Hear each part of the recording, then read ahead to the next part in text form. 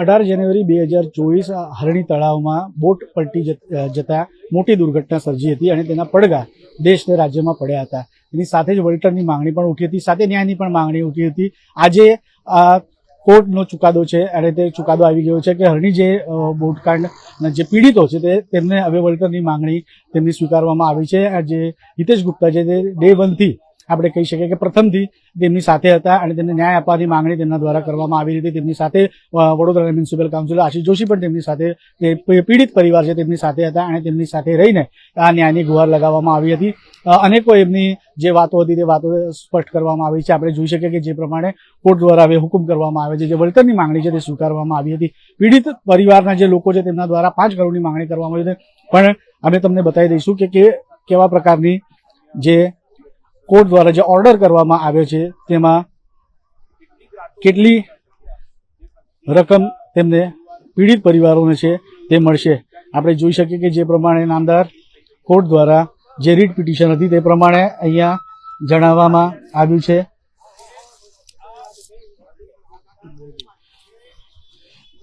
તમને જણાવી દઈએ કે જે પ્રમાણે નામદાર કોર્ટ દ્વારા જે રીટ પિટિશન હતી જે પ્રમાણે ઉલ્લેખ કરવામાં આવ્યો છે તેમાં જે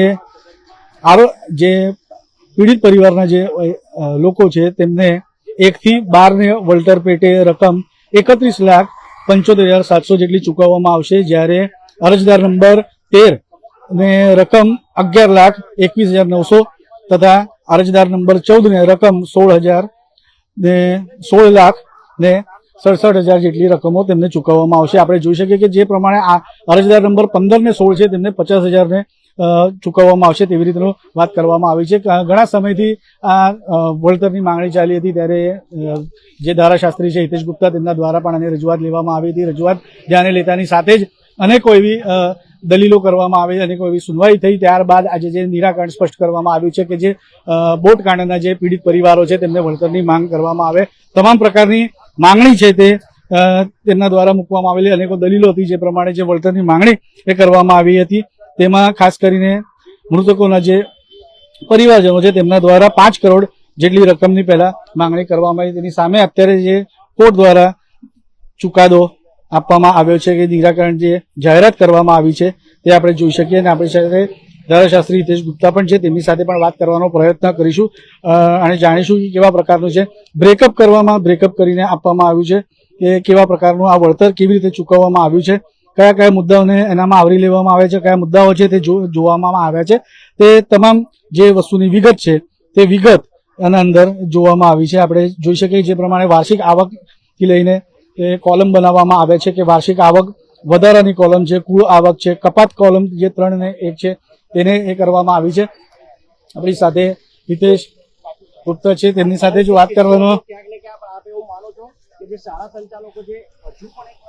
વર્ષોથી ન્યાયની માંગણી આ કરી રહ્યા હતા. 18 જાન્યુઆરી 2024 આ બનેલી જે ઘટના હતી તે ઘટનાને લઈને એના પ્રત્યાઘાત સમગ્ર દેશને રાજ્યમાં એ થયા હતા. તે પ્રમાણે આપણે જોઈ શકીએ જે શાળાના સંચાલકો છે તેની સામે પણ જે વાલીઓ છે તેમને લાલાક કરી લીધી.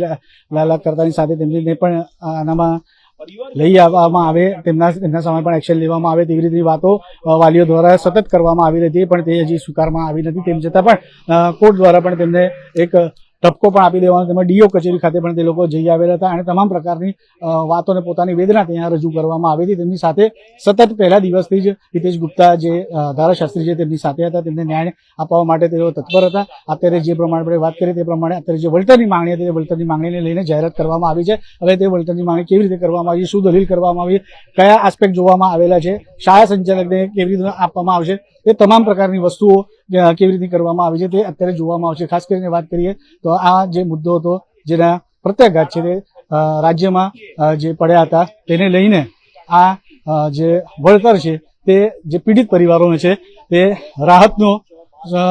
રાહતનો શ્વાસ લઈ આવશે તેવી રીતની વાત અત્યારે થઈ રહી છે. કારણ કે ગરીબ પરિવારમાંથી આ આવતા હતા, ગરીબ પરિવારમાંથી આવતા હોવાના કારણે એ લોકોને પણ આર્થિક બોજો તેમના પર ના પડે, તેમજ જે પ્રમાણે જે તેમને જે સહન કર્યું છે તેને ક્યાંક એક આશરે કઈ રાહત મળી શકશે તેવી રીતની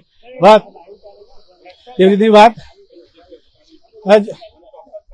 જે પ્રમાણે આપણે જોઈ શકીએ અને ટૂંક જ સમયમાં જે ધારાશાસ્ત્રી છે હિતેશ ગુપ્તા તેમની સાથે વાત કરવાનો પ્રયત્ન કરીશું અને જાણીશું કે સમગ્ર મામલે ડે 1 થી કેવી રીતની કાર્યવાહી કરવામાં આવી છે, કેવી રીતનું દલીલો કરવામાં આવે છે, કેવી રીતે ચુકાદો કરવામાં આવે છે. આપણી સાથે છે હિતેશભાઈ, શું કહેશો?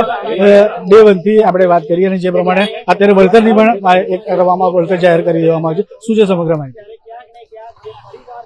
આજરોજ જે ચુકાદો આવ્યો છે, આજરોજ જે પ્રકારે વાત આવી છે, આ વાતમાં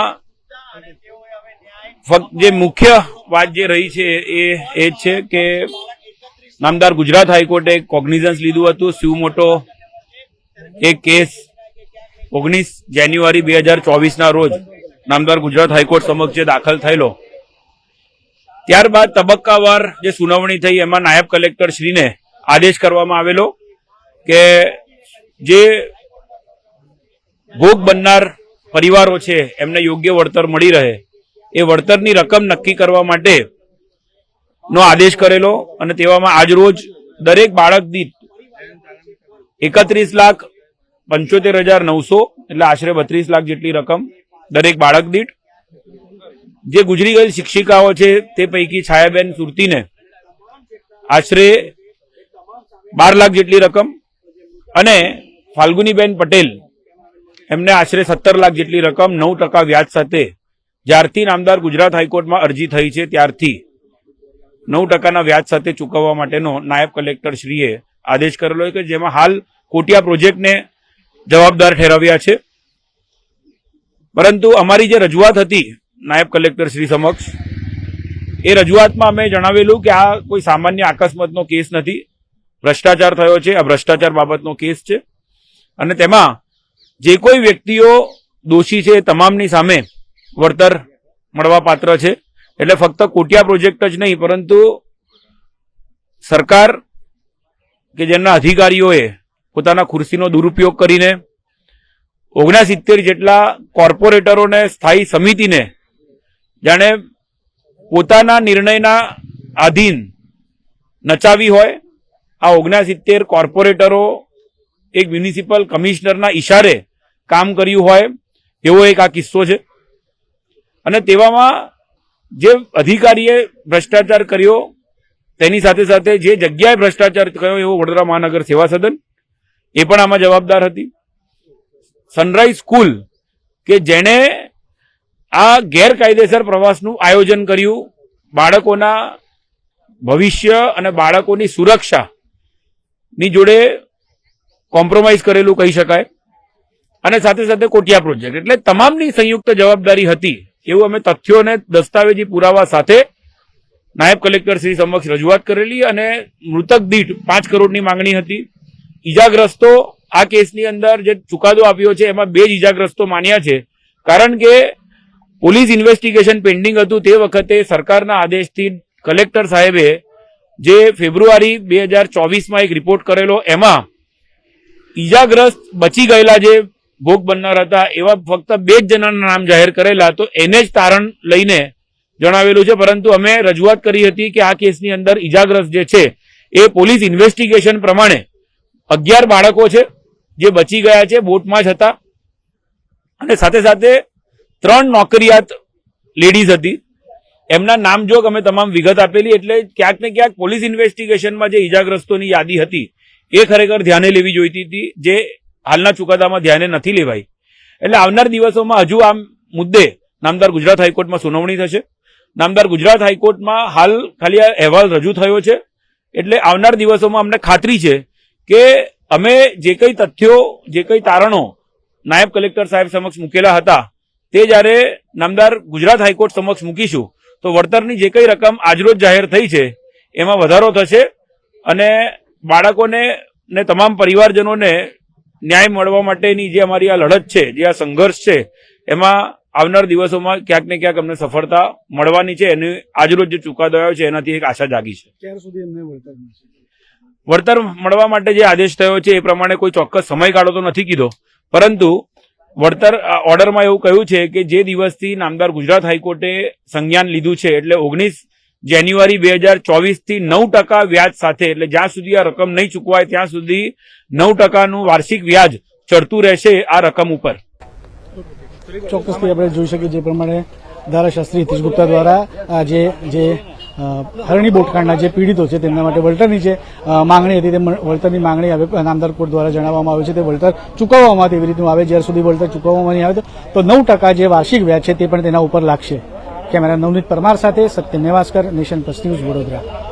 સમાચારોનો સતત અપડેટ મેળવવા માટે અમારી નેશન પ્લસ ન્યૂઝની યુટ્યુબ ચેનલને સબસ્ક્રાઇબ કરો, બેલ આઇકન દબાવો અને જોડાયેલા રહો ફેસબુક, ઇન્સ્ટાગ્રામ અને ટ્વિટર પર.